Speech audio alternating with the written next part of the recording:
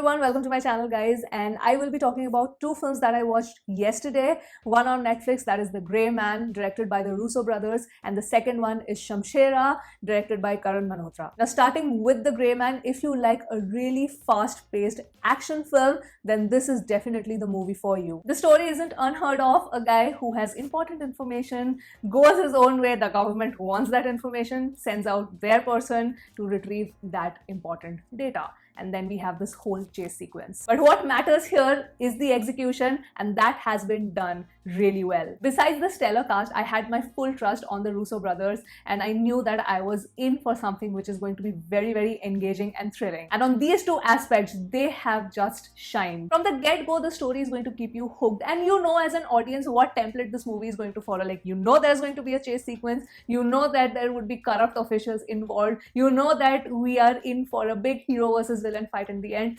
All of that is known, but how do we take that journey from start to finish matters the most. And in this film's case, it delivers on so many aspects. Number one, the performances. Number two, really good dialogues. And number three, some incredible action set pieces. But yeah, if you're looking for some extremely nuanced storyline where, you know, there are a lot of gray shades to the characters and all, no, you're not gonna get that. But if you do want pure entertainment, this movie delivers. The biggest highlight of this film are the action sequences, because they have been choreographed really well, and also they have been shot and edited out very well. It's extremely dynamic to look at because the way the frames move, they don't seem messy, and yet they do to some extent, because everything happening in that particular moment is so freaking chaotic, especially the entire sequence which has been done in Prague. It is so beautifully done and so crazy and bizarre that you would be able to feel the chaos in the way the scenes have been cut. I also really like the action choreography of the ending hand-to-hand combat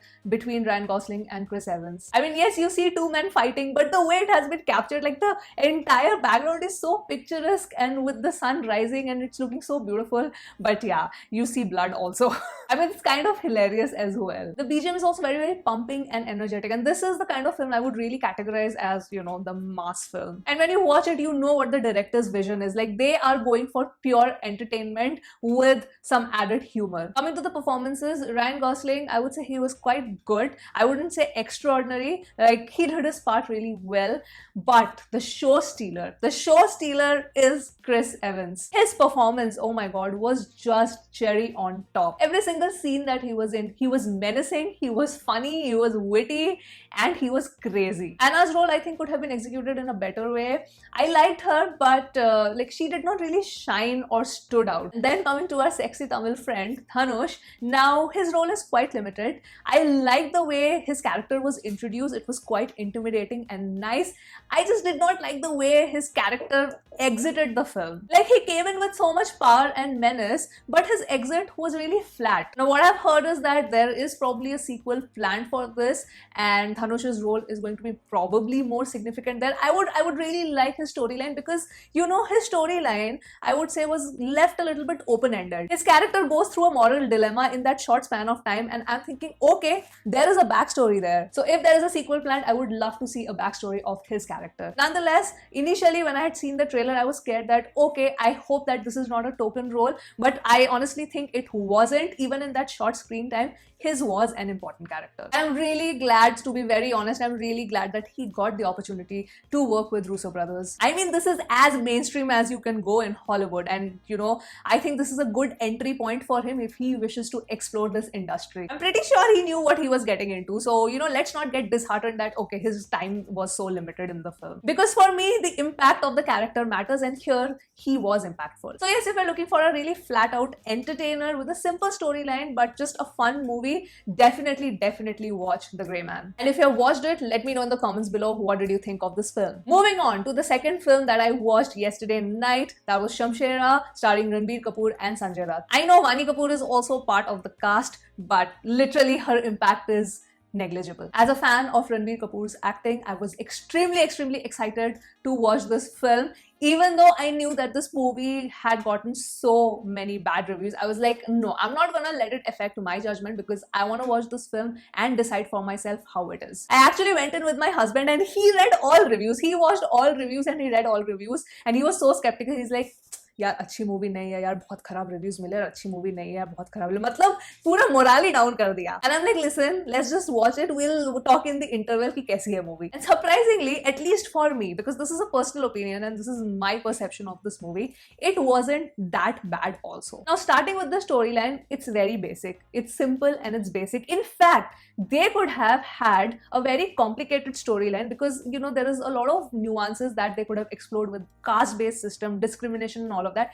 They did nothing. Instead, this is just like a revenge kind of saga, that the son is trying to avenge his father's death and get freedom for his tribe. So yes, the exact thing that I said before, that you know, simple storyline is fine, there is no problem in that. What matters is the execution. Here I honestly feel that the director did not execute this story properly. I think Karan Malhotra probably was so busy giving importance to the visuals and how everything is going to look and sound and feel, that he just forgot one basic thing, that we need emotions. Audience need emotional connect with the character to feel bad or good about that person. Like making wise and all, there are a lot of positive aspects to this film, but the emotional connect with the characters is missing. And that is why when I was exiting the theaters, I was like, हाँ इतनी भी बुरी नहीं थी, ठीक थी, but epic हो सकती थी. And I mean, watching Ranbir Kapoor in the big screen after 4 long years, believe me, he has done really well. Like his acting is top notch. You can see the dude has given literally his 500% to the character. But the captain of the ship is the director. If the director fails at his or her job, then yeah,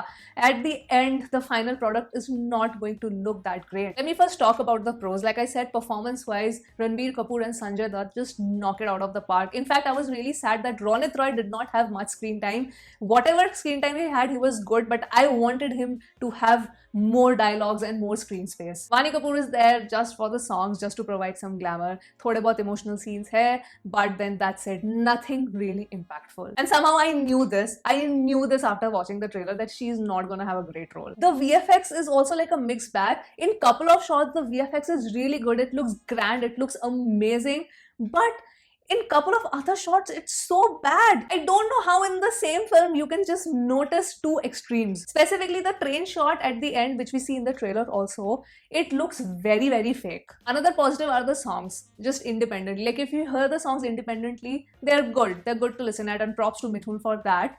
But in the movie, they really break the flow of the story. Like you're watching the film and suddenly the scene builds up pace and you want to know what's going to happen next, and thumb, one song comes in. So that really breaks the flow. Another thing that I enjoyed are the action sequences. Like they were good.